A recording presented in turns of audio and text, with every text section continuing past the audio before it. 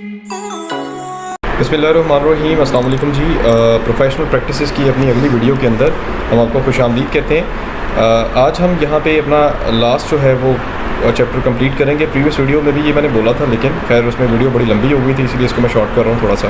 Chapter number 12 है जिसके अंदर ये लिखा हुआ है regulations and control of the personal information की बात कर रहे हैं। तो रेगुलेशंस के बारे में हमने पीछे ये देखा कि जो भी हमने पॉलिसीज़ या रूल्स वगैरह बनाए होते हैं, क्या उसके ऊपर इम्प्लीमेंटेशन हो रही है कि नहीं हो रही, इस बात को हम कहते हैं regulation. And control of the personal information की बात कर रहे हैं जी। पर्सनल इन्फॉर्मेशन जो भी यूज़र या क्लाइंट प्रोवाइड करता है डिफरेंट सॉफ्टवेयर हाउसेस के अंदर कोई सॉफ्टवेयर बनाने के लिए, क्या उसके अगेंस्ट कोई कंट्रोल मौजूद है भी है कि नहीं है। Data protection, defamation and related issues. सबसे पहले जी इस चीज़ के इंट्रोडक्शन के बारे में मैंने यही चीज़ आपको बताई है सारी की सारी कि जो 21 सेंचुरी थी या 20th सेंचुरी थी, वहाँ पे लोगों को क्या किया जा रहा था, इस किस्म की प्रॉब्लम को फेस करना पड़ता था कि हमने अपने पासवर्ड्स किसी को नहीं बताए, बड़े मुश्किल पासवर्ड्स रखे हुए हैं, लेकिन फिर भी सिस्टम्स हैक्स कैसे होते हैं। तो उसकी एक रीज़न मेन ये भी थी कि हम जिन लोगों से अपने सॉफ्टवेयर बना रहे होते थे वो लोग क्या कर रहे होते थे, हमारी इन्फॉर्मेशन वगैरह लीक आउट कर देते थे। इसी तरह आपको मैं लाइव एग्जांपल दूं तो आपने कभी क्रेडिट कार्ड सिस्टम की सिक्योरिटी के बारे में देखा हो।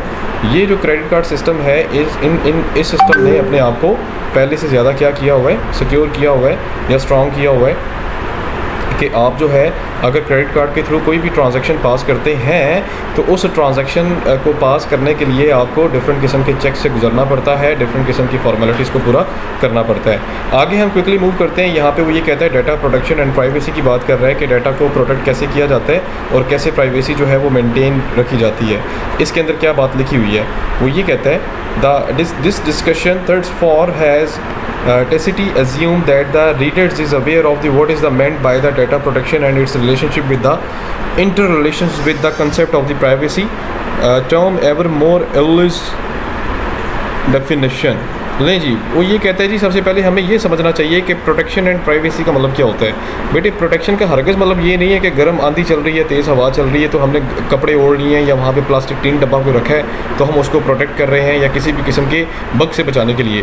बल्कि डाटा प्रोटेक्शन ये होता है कि कोई बंदा उसमें इंटरफेयर ना कर सके, उसको मिसयूज़ ना करे या उसको बेस बना के अपनी कंपनी का नाम जो है वो जनरेट ना करें। This is include in the data protection. And privacy क्या होता है जी, प्राइवेसी में ये चीज़ आती है कि वो इन्फॉर्मेशन जो कॉन्फिडेंशियल होती है, जो चंद लोगों तक महदूद होनी चाहिए, वो इन्फॉर्मेशन जो है निकल के किसी तीसरे चौथे बंदे के हाथ में ना जाए। It's include in the privacy. अब आगे आते हैं यहाँ पे थोड़ा सा, उसमें भी ये कहता था इम्पैक्ट ऑफ द इंटरनेट की मदद से या इंटरनेट की वजह से जहाँ पे बड़े उसके पॉजिटिव असरात होते हैं, उसके नेगेटिव भी हो सकते हैं। हम क्या कर सकते हैं कि इंटरनेट को इस्तेमाल करते हुए अपने डाटा की प्राइवेसी और उसकी सिक्योरिटी जो है वो बढ़ा भी सकते हैं। जैसा कि आप देखते हैं कि ऑनलाइन क्लाउड जैसा चल रहा है, तो ये बड़ा एक रिलायबल वे है, लेकिन अक्सर औक़ात ऐसा होता है कि क्लाउड से भी डाटा जो है वो लीक आउट होने के चांसेस होते हैं, क्योंकि ऑनलाइन डाटा को मतलब कि मिस यूज़ करना बड़ा आसान होता है कुछ लोगों के लिए, और वो इस चीज़ को बड़ा नेगेटिवली भी आगे तक कर सकते हैं, परसीव कर सकते हैं और आगे कन्वे भी कर सकते हैं। Factors influencing the regulations of the data, वो कौन कौन से फैक्टर्स हैं जो कि क्या कर रहे हैं कि डाटा की रेगुलेशंस में डाटा की रेगुलेशन के अंदर क्या करते हैं कि अपना एक रोल प्ले कर रहे होते हैं। Factors influencing the regulations of the data processing की बात कर रहे हैं, मतलब ये यहाँ पे हमने भी बात की थी। वो डिफरेंट फैक्टर्स आ जाते हैं जी अक्सर औक़ात रेगुलेशंस के अंदर कि कस्टमर अवेयर नहीं होता, वो स्टैंडर्ड को फॉलो नहीं कर रहा होता, या रूल्स एंड रेगुलेशंस जो हैं प्रॉपर्ली क्या होते हैं वो मेंशन नहीं किए गए होते। सो स्टूडेंट, ये इस चैप्टर के अंदर बस इतनी सी कुछ बातें थी जो कि बतानी जो है वो ज़रूरी है कि हमारे पास यहाँ पे regulations, control and personal information क्या होता है। इस चैप्टर में अगर कोई मैक्सिमम चीज़ आई भी तो यहाँ पे डेफिनेशन के पार्ट से कोई ना कोई चीज़ आती होती है, कोई लॉन्ग क्वेश्चन इस तरह का नहीं बन रहा होता। तो आप लोगों ने क्या करना है कि डाटा प्रोटेक्शन, उसके इश्यूज़, ये रेगुलेशंस की जो डेफिनेशंस हैं, इसके जो कंसेप्ट्स हैं वो अच्छे से कर लेने हैं। लें जी, ये चैप्टर आपका यहाँ तक है। यहाँ पे आके आपका प्रोफेशनल प्रैक्टिस का सिलेबस जो है वो कंप्लीट हो रहा है। और बाकी जाते जाते अगर कोई भी बात आपको पूछने वाली हो आप ज़रूर पूछें। प्रीवियस लेक्चर्स की अगर समझ नहीं है तो आप प्रीवियसली वीडियोज़ कुछ निकालें और वहाँ से देख लें, वो आपको ईजिली क्या हो जाएंगी, अंडरस्टैंडेबल हो जाएंगी। So thank you so much for watching जी। जाते जाते वीडियो को लाइक करें, चैनल को सब्सक्राइब करना मत भूलें, अपना और दोस्तों का ख्याल रखें।